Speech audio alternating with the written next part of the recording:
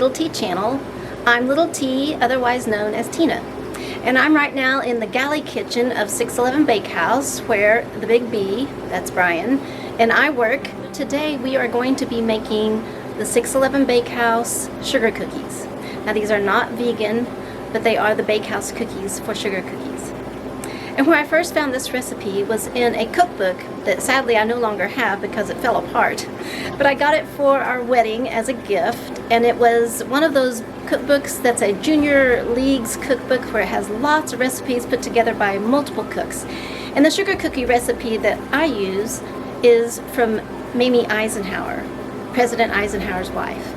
And I have tweaked it to fit how I like to make cookies, and so it's not exactly the same, it's more of my take on it. And a lot of people here in our town, our customers, love our sugar cookies. So we're going to make those today, and then we're going to also make the frosting that goes on top, or the icing, whichever you like to call it, and get a sense of how that comes together. So first we're going to look at the ingredients that it's going to take, and then we're going to mix them up together in our stand mixer. You don't have to have a stand mixer to do this. You could also use a hand mixer or just some good old elbow grease. So let's get to our recipe of making the Bakehouse Sugar Cookies. Okay, let's look at the ingredients we're going to use. First we have our stand mixer with the paddle attachment. We have unsalted butter, and these 2 sticks right here I have softened in the microwave. We have sugar in the raw. We're going to use half a cup of that. I've already measured out 1.5 cups of sugar. So altogether there will be 2 cups of sugar in the recipe. We have 3 egg yolks. So you will separate those from the whites. Use the whites for something else. Half and half. We're going to use 1/3 cup of half and half. And then vanilla extract. We're going to use a tablespoon of vanilla extract. Then we have unbleached white flour, 4 cups of that. Baking powder, we're going to use 2 teaspoons of baking powder. And then salt, 1 teaspoon of salt. And then 2 teaspoons of cornstarch.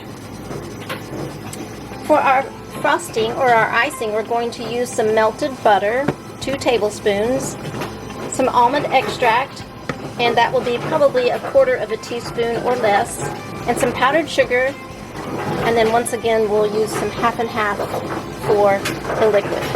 And now the ice machine is wanting to create ice. There's Big Gus over there doing his thing, always when I'm trying to record a video. Never fails. Alright, well I'm going to set you down, and we're going to be in view of the mixer, and we'll get these cookies put together. Okay, first things first, we're going to take our 2 sticks of unsalted butter that have been softened. I just put them on defrost in the microwave for about 55 seconds, and that usually gets them nice and soft. You don't want them to melt, you just want them to be softened. If they aren't soft after defrost on 55 seconds, then you can do them maybe at 15-second intervals on defrost, and that should work for you.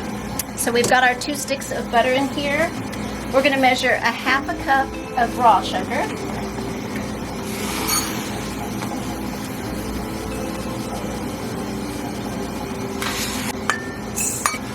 One and 1/2 cups of white sugar. Now we're going to cream those together well. So we're going to start out on slow. Sugar doesn't fly everywhere. Now we're just going to turn it up a notch.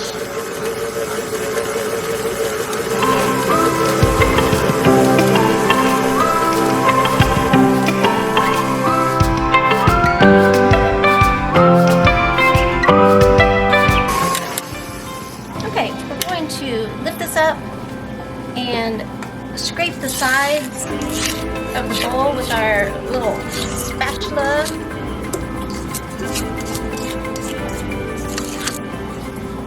And then put that back down and go for just a little while longer. We want it to turn a nice pale color and be a little fluffy.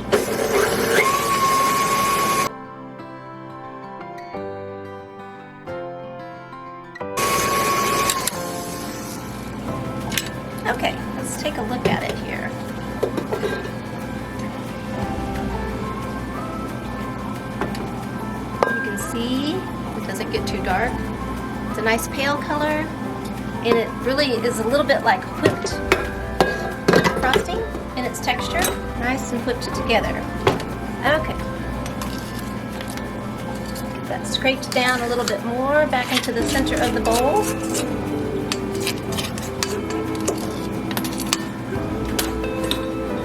Then I've cracked 3 eggs, and we have 3 egg yolks going in. Then we have our half and half. I'm going to do 1/3 cup of half and half.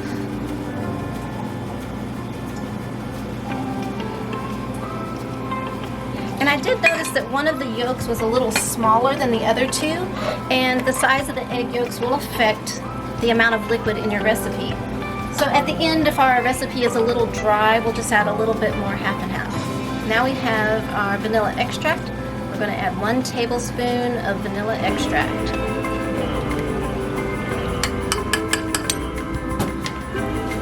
Okay, and then we're going to make sure that's locked down.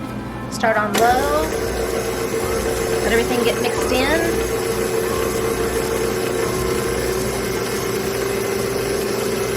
Gradually increase the speed.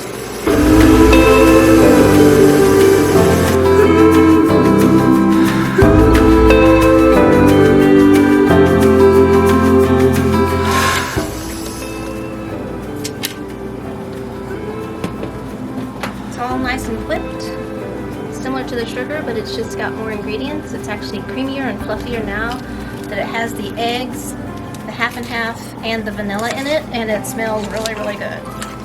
Okay, so now comes our dry ingredients.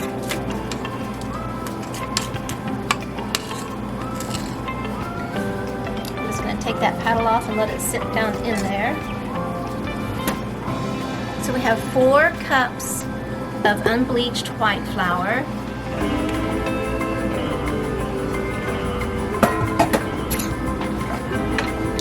We'll do 2 tablespoons of baking powder.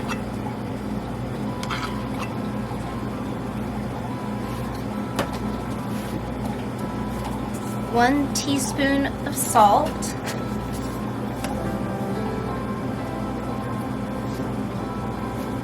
Ooh, not too much.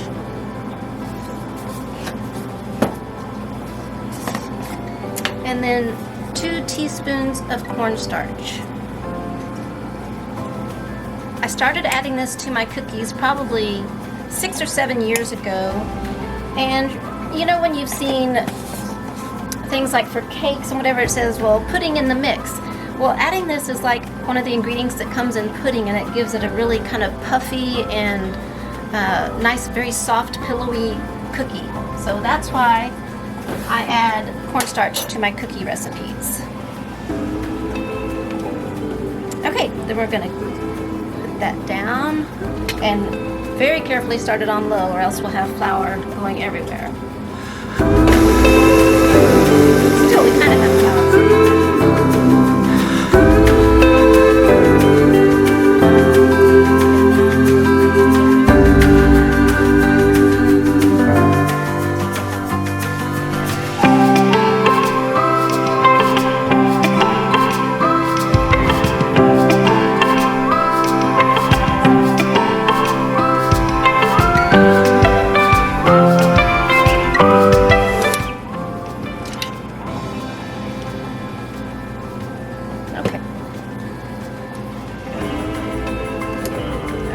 Going to take all of that off the paddle, as much as we can get.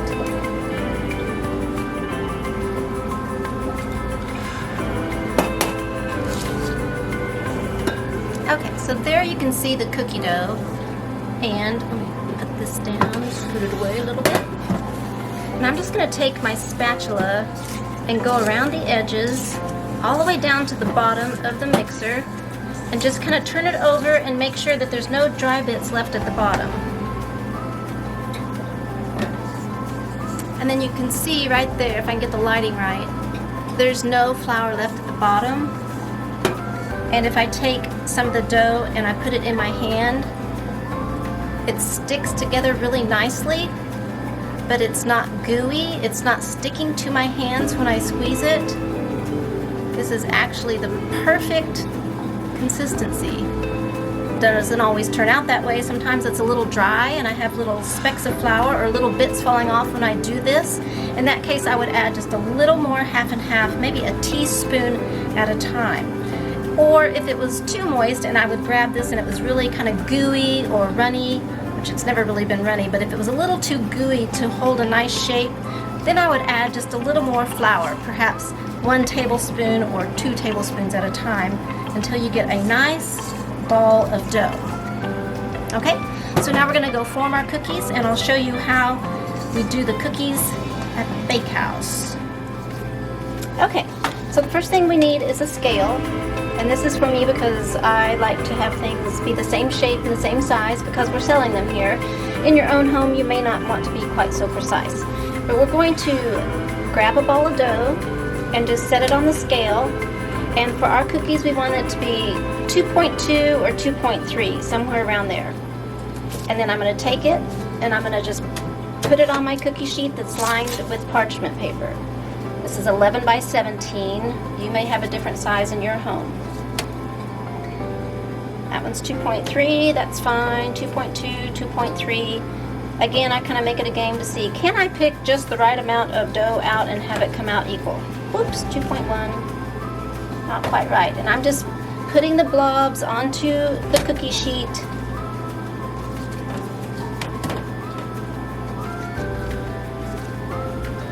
I'm not caring what shape they're in yet. I'm just measuring them and putting them on the sheet.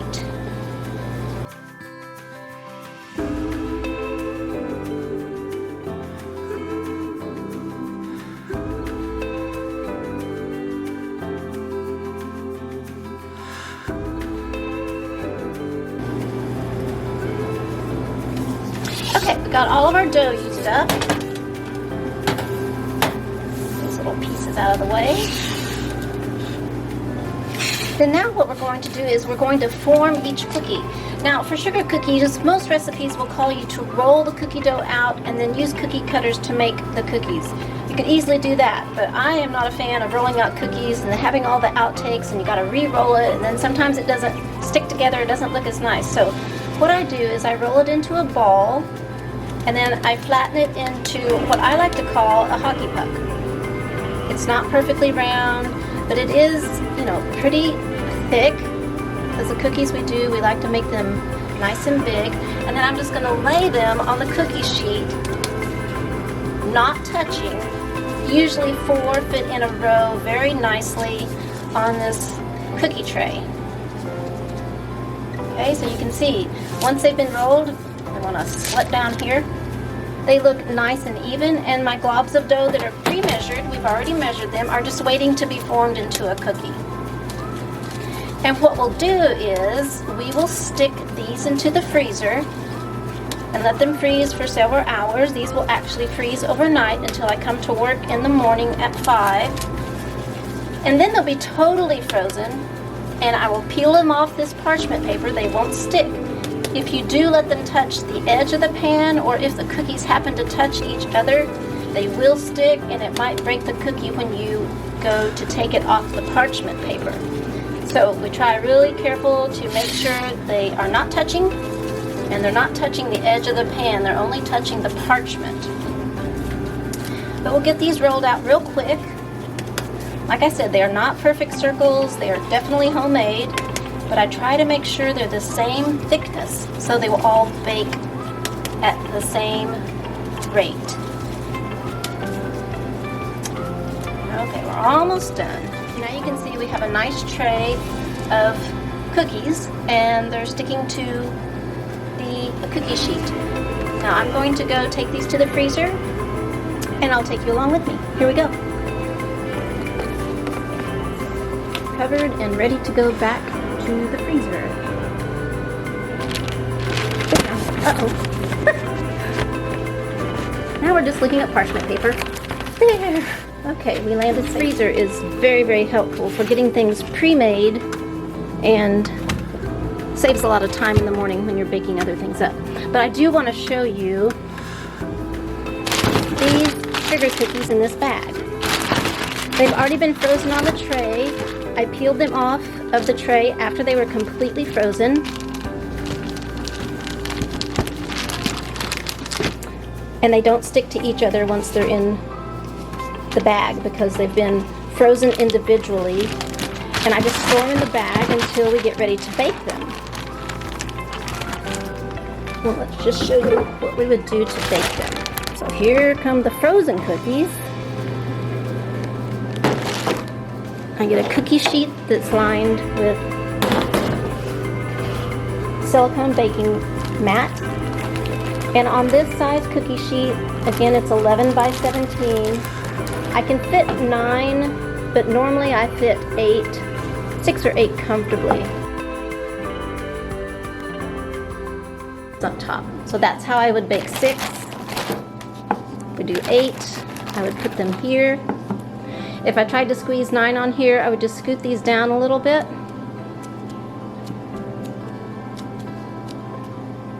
And then the 9th one would go in the middle. So we'd have 3 rows of 3. But the good thing is, if you're not baking for a cafe or for a party or for, a group of people, with these frozen cookies like this, you can just take out, say you just want to have a sweet treat at night, you and your husband or your spouse or your kids just want to have a cookie, you can just take out a few and bake.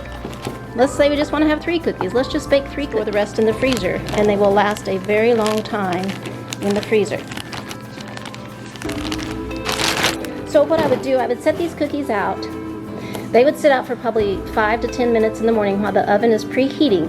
We use convection ovens at the Bakehouse. And so I would turn the convection oven on to 275 to 300, and let it preheat, and then bake these cookies for 12 minutes, and then I'll turn them around and bake them for 2 minutes more. So in a convection oven at 300, it's about 14 minutes total.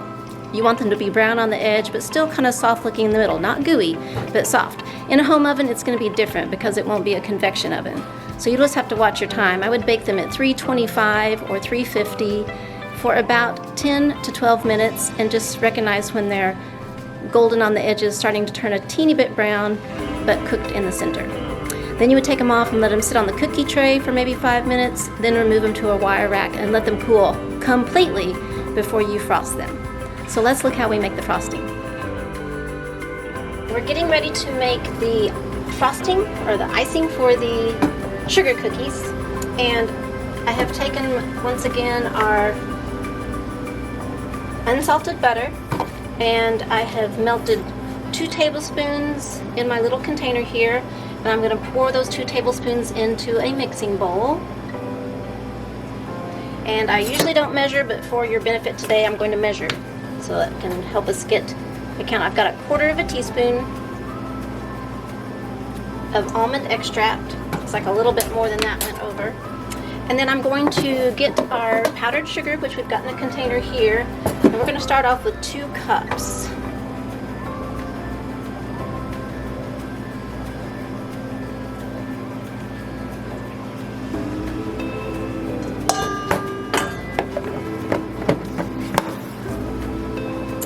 And then for our half and half, we're going to start with 2 tablespoons.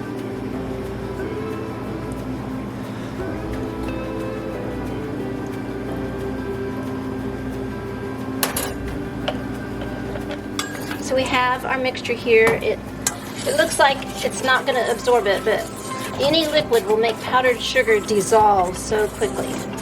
Okay. So you can see that 2 tablespoons of half and half was not enough.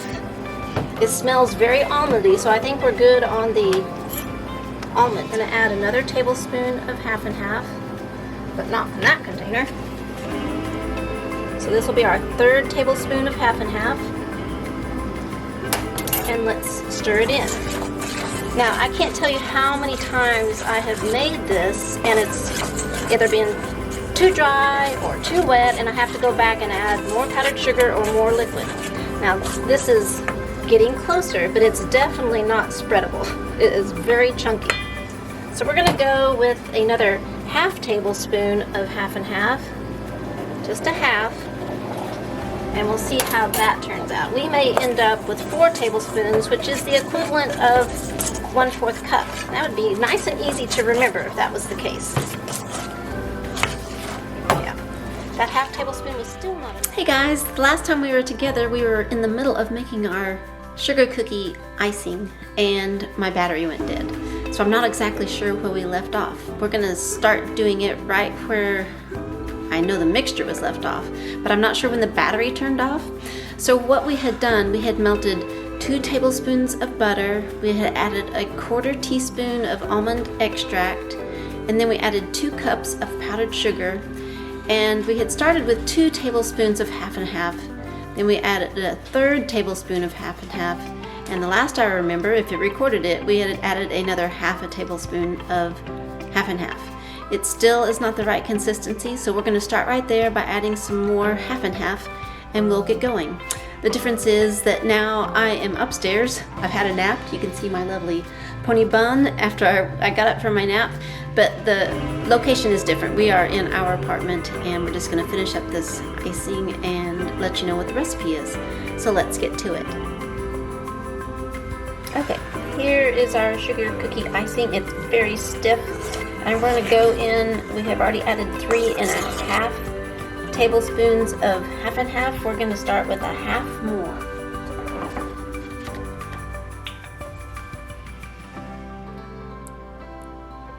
So this will put us up to 4 tablespoons of half and half, and that is equivalent to a 1/4 cup. So let's get mixing and see where this takes us.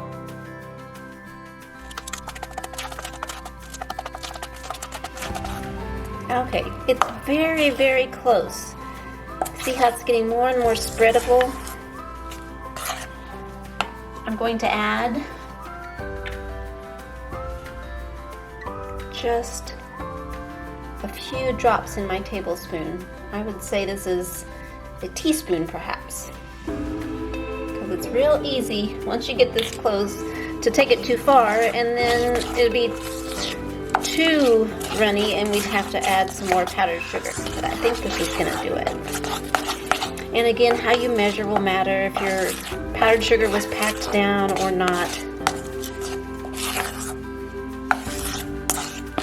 Okay, this looks just about right. Can you see how it's not dripping off the spatula? It is moving very slowly. Let's see if I can get a cracker or something. I don't have a cookie up here. Somehow this doesn't seem right, but spreading sugar cookie frosting on top of a Mary's Gone cracker is like one of the most healthy crackers you can eat. Okay, so we're going to pretend this is our sugar cookie. I'm trying to get that to fill in right there, and it's a little bit concave, but it doesn't want to.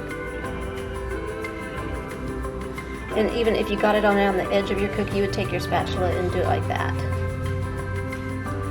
And now we have a frosted Mary's Gone Crackers cracker. It's spreadable on a cooled cookie. It leaves little peaks when you stop your spatula. And I find that a metal one works really well when spreading. So you could probably use a metal knife when you did it. Now if it sits a while, it'll get a little bit more stiff, and you'll have to add a few more drops of half and half to keep it this nice spreadable consistency. If you're using it the very day you've made it or the next day, you can leave it sitting out. If it's going to be a few days before you use it, you'll need to refrigerate it in a covered container. In that case, you would want to let it sit out until it's room temperature, and then you might still need to microwave it for 5 to 10 seconds before you try to spread it on the cookies. And again, you might need to add a little bit more half and half to make it spreadable. But if you make it right away and it's the right consistency, you can ice your completely cooled cookies and be ready after that. If you add sprinkles on top of it, do it immediately after you ice the cookie. Don't wait until you've iced the whole batch or the sprinkles won't stick. So ice a cookie, sprinkle it. Ice a cookie, sprinkle it. And you'll be all set to have some great sugar cookies for your next celebration, or just to have some yummy sugar cookies for you and your family. I hope you enjoyed this recipe for 611 Bakehouse Sugar Cookies. I hope you enjoy this. I hope you get to make some. Let me know what you think in the comments below. And like and subscribe to our channel if you haven't done so already for more tips and tricks on these bakehouse recipes. Thanks for watching and have a great day.